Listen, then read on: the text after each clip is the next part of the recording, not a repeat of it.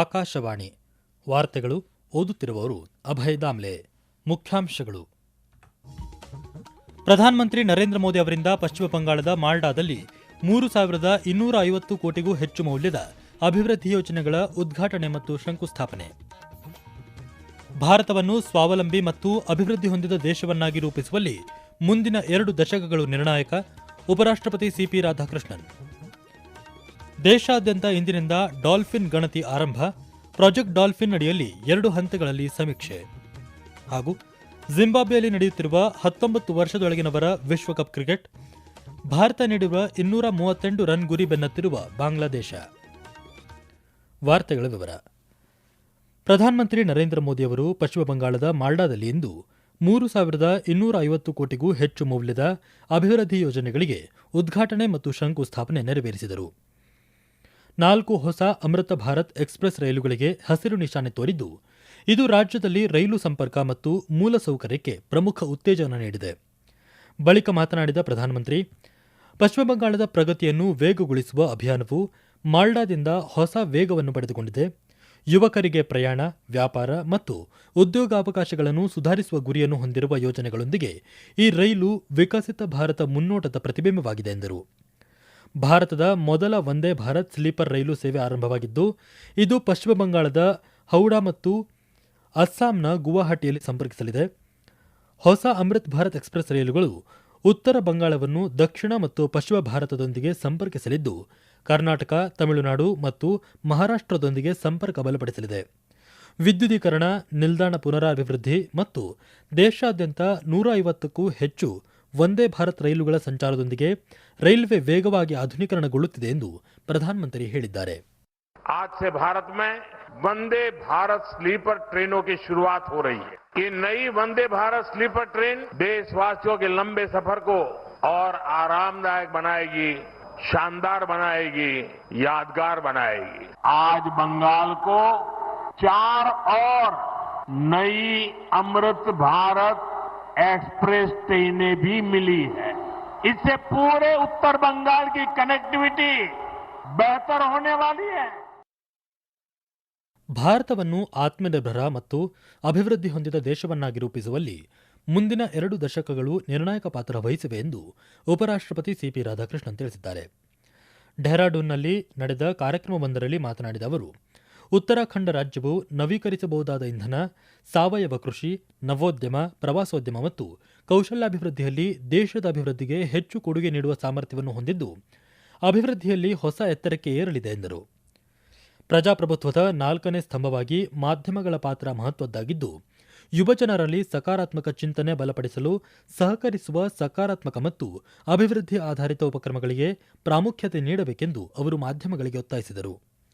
ಪ್ರಧಾನಿ ನರೇಂದ್ರ ಮೋದಿ ಅವರ ನಾಯಕತ್ವದಲ್ಲಿ ಉತ್ತರಾಖಂಡ ರಸ್ತೆ, ರೈಲ್ವೆ, ವೈಮಾನಿಕ ಮತ್ತು ಸಂವಹನ ಸಂಪರ್ಕ ಕ್ಷೇತ್ರದಲ್ಲಿ ಕಳೆದ ದಶಕದಲ್ಲಿ ಗಮನಾರ್ಹ ಪ್ರಗತಿ ಸಾಧಿಸಿದೆ ಎಂದು ಅವರು ಹೇಳಿದರು. ಕೇಂದ್ರ ಅತಿ ಸಣ್ಣ ಮತ್ತು ಮಧ್ಯಮ ಉದ್ದಿಮೆಗಳ ಸಚಿವಾಲಯ ಎಂಎಸ್ಎಂಇ ನವದೆಹಲಿಯಲ್ಲಿ ನಾಳೆಯಿಂದ ತಿಂಗಳಾಂತ್ಯದವರೆಗೆ ಪಿಎಂ ವಿಶ್ವಕರ್ಮ ಹಾತ್ 2026 ಆಯೋಜಿಸಿದೆ. ಕೇಂದ್ರ ಎಂಎಸ್ಎಂಇ ಸಚಿವ ಜಿತಿನ್ ರಾಮ್ ಮಾಂಜಿ ಪ್ರದರ್ಶನವನ್ನು ಉದ್ಘಾಟಿಸಲಿದ್ದು, ಎಂಎಸ್ಎಂಇ ರಾಜ್ಯ ಸಚಿವೆ ಶೋಭಾ ಕರಂದ್ಲಾಜೆ ಉಪಸ್ಥಿತರಿರಲಿದ್ದಾರೆ. ಕುಶಲಕರ್ಮಿಗಳು ತಮ್ಮ ಕರಕುಶಲ ಉತ್ಪನ್ನಗಳನ್ನು ರಾಷ್ಟ್ರೀಯ ಮತ್ತು ಅಂತಾರಾಷ್ಟ್ರೀಯ ಖರೀದಿದಾರರು, ಪಾಲುದಾರರು ಮತ್ತು ಸಾರ್ವಜನಿಕರಿಗೆ ಪ್ರದರ್ಶಿಸಲು ಮತ್ತು ಮಾರಾಟ ಮಾಡಲು ಪ್ರಮುಖ ವೇದಿಕೆಯನ್ನು ಒದಗಿಸುವ ಜೊತೆಗೆ ಪ್ರಧಾನಮಂತ್ರಿ ವಿಶ್ವಕರ್ಮ ಹಾತ್ 2026 ಭಾರತದ ಶ್ರೀಮಂತ ಸಾಂಪ್ರದಾಯಿಕ ಕರಕುಶಲ ಪರಂಪರೆಯನ್ನು ಆಚರಿಸುವ ಮತ್ತು ಪ್ರದರ್ಶಿಸುವ ಗುರಿಯನ್ನು ಹೊಂದಿದೆ. ದೇಶಾದ್ಯಂತದ ಎಲ್ಲ ರಾಜ್ಯಗಳು ಮತ್ತು ಕೇಂದ್ರಾಡಳಿತ ಪ್ರದೇಶಗಳ 117ಕ್ಕೂ ಹೆಚ್ಚು ಕುಶಲಕರ್ಮಿಗಳು ಈ ಕಾರ್ಯಕ್ರಮದಲ್ಲಿ ಭಾಗವಹಿಸಲಿದ್ದು, ಇದು ಭಾರತದಾದ್ಯಂತದ ವೈವಿಧ್ಯಮಯ ಸಾಂಪ್ರದಾಯಿಕ ಕೌಶಲ್ಯ ಮತ್ತು ಕರಕುಶಲ ವಸ್ತುಗಳನ್ನು ಪ್ರದರ್ಶಿಸಲಿದೆ.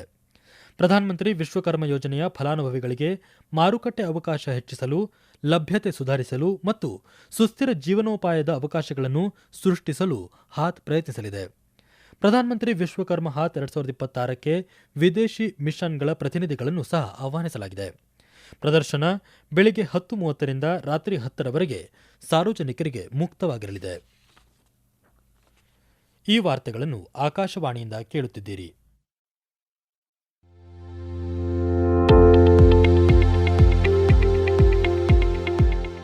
ನಮ್ಮ ಎಲ್ಲ ರಾಷ್ಟ್ರೀಯ ವಾರ್ತೆಗಳು ಹಾಗೂ ಪ್ರದೇಶ ಸಮಾಚಾರ ಈಗ ಆಕಾಶವಾಣಿ ನ್ಯೂಸ್ ಕನ್ನಡ ಯೂಟ್ಯೂಬ್ ಚಾನೆಲ್ನಲ್ಲಿ ಲಭ್ಯ. ನಮ್ಮ ಎಕ್ಸ್ ಖಾತೆ ಮತ್ತು ಇನ್ಸ್ಟಾಗ್ರಾಂ ಖಾತೆ ಆಕಾಶವಾಣಿ ನ್ಯೂಸ್ ಕನ್ನಡ. ಹೆಚ್ಚಿನ ಮಾಹಿತಿಗಾಗಿ ನಮ್ಮ ಫೇಸ್ಬುಕ್ ಖಾತೆ ಆಕಾಶವಾಣಿ ವಾರ್ತೆ ಕನ್ನಡವನ್ನು ಅನುಸರಿಸಿ. ಮಾಹಿತಿಗಳ ಹೂರಣ, ವಾರದ ಕಾರ್ಯಕ್ರಮ, ಪ್ರಚಲಿತ ವಿದ್ಯಮಾನ ಪ್ರತಿ ಬುಧವಾರ ರಾತ್ರಿ 9:15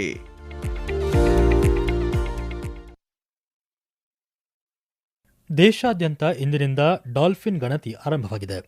ಉತ್ತರ ಪ್ರದೇಶದ ಬಿಜ್ನೋರ್ನಿಂದ ನದಿ ಪಾತ್ರದ ಮತ್ತು ನದಿ ಮುಖದ ಭೂಮಿಯಲ್ಲಿ ವ್ಯಾಪಕ ಶ್ರೇಣಿಯಲ್ಲಿ ಅಂದಾಜು ಕಾರ್ಯ ಪ್ರಾರಂಭವಾಗಿದೆ. ಪ್ರಾಜೆಕ್ಟ್ ಡಾಲ್ಫಿನ್ ಅಡಿಯಲ್ಲಿ 2 ಹಂತಗಳಲ್ಲಿ ಗಣತಿ ನಡೆಯಲಿದೆ ಎಂದು ಪರಿಸರ, ಅರಣ್ಯ ಮತ್ತು ಹವಾಮಾನ ಬದಲಾವಣೆ ಸಚಿವಾಲಯ ತಿಳಿಸಿದೆ. ಮೊದಲ ಹಂತದಲ್ಲಿ ಗಂಗಾ ನದಿ ಮತ್ತು ಸಿಂಧೂ ನದಿ ಹರಿಯುವ ಪ್ರದೇಶಗಳಲ್ಲಿ ಗಣತಿ ನಡೆಯಲಿದ್ದು, 2ನೇ ಹಂತದಲ್ಲಿ ಬ್ರಹ್ಮಪುತ್ರ ಮತ್ತು ಗಂಗೆಯ ಉಪನದಿಗಳು ಹರಿಯುವ ಪ್ರದೇಶಗಳಲ್ಲಿ ಸಮೀಕ್ಷೆ ನಡೆಯಲಿದೆ ಎಂದು ಸಚಿವಾಲಯ ತಿಳಿಸಿದೆ. ಈ ಸಮೀಕ್ಷೆಯು ಪ್ರಾಜೆಕ್ಟ್ ಡಾಲ್ಫಿನ್ ಅಡಿಯಲ್ಲಿ ಪ್ರಭೇದ ಅಂದಾಜು ಮತ್ತು ಸುಧಾರಿತ ಸಂರಕ್ಷಣೆಗೆ ಬೆಂಬಲ ನೀಡಲು ಪೂರಕವಾಗಲಿದೆ. ಜಮ್ಮು ಮತ್ತು ಕಾಶ್ಮೀರದಲ್ಲಿ ಭಯೋತ್ಪಾದನಾ ನಿಗ್ರಹ ಕಾರ್ಯಾಚರಣೆಯ ಭಾಗವಾಗಿ ಭದ್ರತಾ ಪಡೆಗಳು ಕಥುವಾ ಜಿಲ್ಲೆಯ ಬಿಲ್ಲಾವರ್ ತಹಸೀಲ್ನಲ್ಲಿ 3 ಭಯೋತ್ಪಾದಕ ಅಡುಗುತಾಣಗಳನ್ನು ಪತ್ತೆ ಹಚ್ಚಿವೆ. ಬಿಲ್ಲಾವರ್ನ ಕಮಾದ್ ನಲ್ಲಾಹ್, ಕಾಲಾಬನ್ ಮತ್ತು ಧನ್ನು ಪರೋಲ್ ಅರಣ್ಯ ಪ್ರದೇಶಗಳಲ್ಲಿ ರಾಷ್ಟ್ರ ವಿರೋಧಿ ಶಕ್ತಿಗಳ ಚಲನವಲನದ ಬಗ್ಗೆ ಖಚಿತ ಮಾಹಿತಿಯ ಮೇರೆಗೆ ಭದ್ರತಾ ಪಡೆಯ ಜಂಟಿ ತಂಡಗಳು ಭಯೋತ್ಪಾದಕರನ್ನು ತಟಸ್ಥಗೊಳಿಸಲು ಶೋಧ ಕಾರ್ಯಾಚರಣೆ ನಡೆಸಿವೆ. ಕಾರ್ಯಾಚರಣೆ ವೇಳೆ ಭಯೋತ್ಪಾದಕರು ಭದ್ರತಾ ಪಡೆಗಳ ಮೇಲೆ ಏಕಾಏಕಿ ಗುಂಡು ಹಾರಿಸಿದ್ದು, ರಾತ್ರಿ ಇಡೀ ಗುಂಡಿನ ಚಕಮಕಿ ನಡೆಯಿತು. ಬುಧವಾರ ನಡೆದ ಶೋಧ ಕಾರ್ಯಾಚರಣೆಯಲ್ಲಿ 1 ಭಯೋತ್ಪಾದಕ ಅಡುಗುತಾಣ ಪತ್ತೆಯಾಗಿದೆ. ಗುರುವಾರ ಮುಂದುವರೆದ ಶೋಧ ಕಾರ್ಯಾಚರಣೆಯಲ್ಲಿ ಬಿಲ್ಲಾವರ್ನ ಕಾಲಿಖಾಡ್ ಮತ್ತು ಕಲಾಬನ್ ಪ್ರದೇಶಗಳಲ್ಲಿ ಜಂಟಿ ತಂಡಗಳು ಇನ್ನೂ 2 ಭಯೋತ್ಪಾದಕ ಅಡುಗುತಾಣಗಳನ್ನು ಪತ್ತೆ ಹಚ್ಚಿವೆ. ನವದೆಹಲಿಯಲ್ಲಿಂದು ಗಗನಯಾತ್ರಿ ಗ್ರೂಪ್ ಕ್ಯಾಪ್ಟನ್ ಶುಭಾಂಶು ಶುಕ್ಲಾ ಅವರು ಭೂಮಿಯಿಂದ ಕಕ್ಷೆವರೆಗೆ ಬಾಹ್ಯಾಕಾಶ ಅನ್ವೇಷಣೆ ವಿಷಯಾಧಾರಿತ ವರ್ಚುವಲ್ ರಿಯಾಲಿಟಿ ಥಿಯೇಟರ್ ಉದ್ಘಾಟಿಸಿದರು. ಎಕ್ಸಿಮ್ 4 ಮಿಷನ್ನಲ್ಲಿ ಪಾಲ್ಗೊಂಡ ತಮ್ಮ ಅನುಭವವನ್ನು ಹಂಚಿಕೊಂಡ ಅವರು ಬಾಹ್ಯಾಕಾಶ ಜೀವನ, ಕಾರ್ಯನಿರ್ವಹಣೆ, ತರಬೇತಿ ಮತ್ತು ಸವಾಲುಗಳ ಬಗ್ಗೆ ತಿಳಿಸಿದರು. ವಿವಿಧ ಶಾಲೆಗಳ 400ಕ್ಕೂ ಹೆಚ್ಚು ಮಕ್ಕಳೊಂದಿಗೆ ಸಂವಾದ ನಡೆಸಿದ ಅವರು ಬಾಹ್ಯಾಕಾಶ ಮತ್ತು ತಂತ್ರಜ್ಞಾನ ಕ್ಷೇತ್ರದಲ್ಲಿ ವೃತ್ತಿ ಆಯ್ಕೆಗೆ ಉತ್ತೇಜನ ನೀಡಿದರು. ಈ ಪ್ರದರ್ಶನವು ಇಂದಿನಿಂದ ಸಾರ್ವಜನಿಕರಿಗೆ ಮುಕ್ತವಾಗಿದೆ. ನವಿ ಮುಂಬೈನ ಡಾ ಡಿವೈ ಪಾಟೀಲ್ ಸ್ಪೋರ್ಟ್ಸ್ ಅಕಾಡೆಮಿಯಲ್ಲಿ ನಡೆಯುತ್ತಿರುವ ಮಹಿಳಾ ಪ್ರೀಮಿಯರ್ ಲೀಗ್ ಕ್ರಿಕೆಟ್ ಪಂದ್ಯದಲ್ಲಿ ರಾಯಲ್ ಚಾಲೆಂಜರ್ಸ್ ಬೆಂಗಳೂರು ಮತ್ತು ಡೆಲ್ಲಿ ಕ್ಯಾಪಿಟಲ್ಸ್ ತಂಡಗಳು ಮುಖಾಮುಖಿಯಾಗಿವೆ. ಟಾಸ್ ಗೆದ್ದಿರುವ ರಾಯಲ್ ಚಾಲೆಂಜರ್ಸ್ ಬೆಂಗಳೂರು ತಂಡ ಫೀಲ್ಡಿಂಗ್ ಆಯ್ದುಕೊಂಡಿದೆ. ಇದಕ್ಕೂ ಮುನ್ನ ಇದೇ ಕ್ರೀಡಾಂಗಣದಲ್ಲಿ ನಡೆದ ಮುಂಬೈ ಇಂಡಿಯನ್ಸ್ ಹಾಗೂ ಯುಪಿ ವಾರಿಯರ್ಸ್ ನಡುವಿನ ದಿನದ ಮೊದಲ ಪಂದ್ಯದಲ್ಲಿ ಯುಪಿ ವಾರಿಯರ್ಸ್ ತಂಡ ಮುಂಬೈ ಇಂಡಿಯನ್ಸ್ ತಂಡವನ್ನು 22 ರನ್ಗಳಿಂದ ಮಣಿಸಿದೆ. ಟಾಸ್ ಸೋತು ಮೊದಲು ಬ್ಯಾಟ್ ಮಾಡಿದ ಯುಪಿ ವಾರಿಯರ್ಸ್ ತಂಡ ನಿಗದಿತ 20 ಓವರ್ಗಳಲ್ಲಿ 8 ವಿಕೆಟ್ ನಷ್ಟಕ್ಕೆ 187 ರನ್ ಗಳಿಸಿತು. ಗುರಿ ಬೆನ್ನತ್ತಿದ ಮುಂಬೈ ಇಂಡಿಯನ್ಸ್ 20 ಓವರ್ಗಳಲ್ಲಿ 6 ವಿಕೆಟ್ ಕಳೆದುಕೊಂಡು ಕೇವಲ 165 ರನ್ ಗಳಿಸಲಷ್ಟೇ ಶಕ್ತವಾಯಿತು. ಭಾರತ ಬಾಂಗ್ಲಾದೇಶ ನಡುವೆ ಜಿಂಬಾಬ್ವೆಯಲ್ಲಿ 19 ವರ್ಷದೊಳಗಿನವರ ವಿಶ್ವಕಪ್ ಕ್ರಿಕೆಟ್ ಪಂದ್ಯ ಪ್ರಗತಿಯಲ್ಲಿದ್ದು, ಮಳೆಯಿಂದಾಗಿ ಪಂದ್ಯವನ್ನು 49 ಓವರ್ಗಳಿಗೆ ಸೀಮಿತಗೊಳಿಸಲಾಗಿದೆ. ಟಾಸ್ ಸೋತು ಮೊದಲು ಬ್ಯಾಟ್ ಮಾಡಿದ ಭಾರತ 49 ಓವರ್ ಪೂರ್ಣಗೊಳ್ಳಲು ಇನ್ನೂ 2 ಎಸೆತ ಬಾಕಿ ಇರುವಾಗಲೇ ತನ್ನೆಲ್ಲಾ ವಿಕೆಟ್ ಕಳೆದುಕೊಂಡು 238 ರನ್ ಗಳಿಸಿತು. ಗುರಿ ಬೆನ್ನತ್ತಿರುವ ಬಾಂಗ್ಲಾದೇಶ ತಂಡ ಇತ್ತೀಚಿನ ವರದಿ ಬಂದಾಗ 17.2 ಓವರ್ಗಳಲ್ಲಿ 2 ವಿಕೆಟ್ ನಷ್ಟಕ್ಕೆ 90 ರನ್ ಗಳಿಸಿ ಆಡುತ್ತಿದೆ. ಕೊನೆಯಲ್ಲಿ ಮತ್ತೊಮ್ಮೆ ಮುಖ್ಯಾಂಶಗಳು. ಪ್ರಧಾನಮಂತ್ರಿ ನರೇಂದ್ರ ಮೋದಿ ಅವರಿಂದ ಪಶ್ಚಿಮ ಬಂಗಾಳದ ಮಾಲ್ಡಾದಲ್ಲಿ 3,250 ಕೋಟಿಗೂ ಹೆಚ್ಚು ಮೌಲ್ಯದ ಅಭಿವೃದ್ಧಿ ಯೋಜನೆಗಳ ಉದ್ಘಾಟನೆ ಮತ್ತು ಶಂಕುಸ್ಥಾಪನೆ. ಭಾರತವನ್ನು ಸ್ವಾವಲಂಬಿ ಮತ್ತು ಅಭಿವೃದ್ಧಿ ಹೊಂದಿದ ದೇಶವನ್ನಾಗಿ ರೂಪಿಸುವಲ್ಲಿ ಮುಂದಿನ 2 ದಶಕಗಳು ನಿರ್ಣಾಯಕ, ಉಪರಾಷ್ಟ್ರಪತಿ ಸಿಪಿ ರಾಧಾಕೃಷ್ಣನ್. ದೇಶಾದ್ಯಂತ ಇಂದಿನಿಂದ ಡಾಲ್ಫಿನ್ ಗಣತಿ ಆರಂಭ, ಪ್ರಾಜೆಕ್ಟ್ ಡಾಲ್ಫಿನ್ ಅಡಿಯಲ್ಲಿ 2 ಹಂತಗಳಲ್ಲಿ ಸಮೀಕ್ಷೆ. ಹಾಗೂ ಜಿಂಬಾಬ್ವೆಯಲ್ಲಿ ನಡೆಯುತ್ತಿರುವ 19 ವರ್ಷದೊಳಗಿನವರ ವಿಶ್ವಕಪ್ ಕ್ರಿಕೆಟ್, ಭಾರತ ನೀಡಿರುವ 238 ರನ್ ಗುರಿ ಬೆನ್ನತ್ತಿರುವ ಬಾಂಗ್ಲಾದೇಶ. ಇಲ್ಲಿಗೆ ವಾರ್ತಾ ಪ್ರಸಾರ ಮುಕ್ತಾಯವಾಯಿತು. ನಮ್ಮ ಮುಂದಿನ ವಾರ್ತಾ ಪ್ರಸಾರ ನಾಳೆ ಬೆಳಗ್ಗೆ 7:05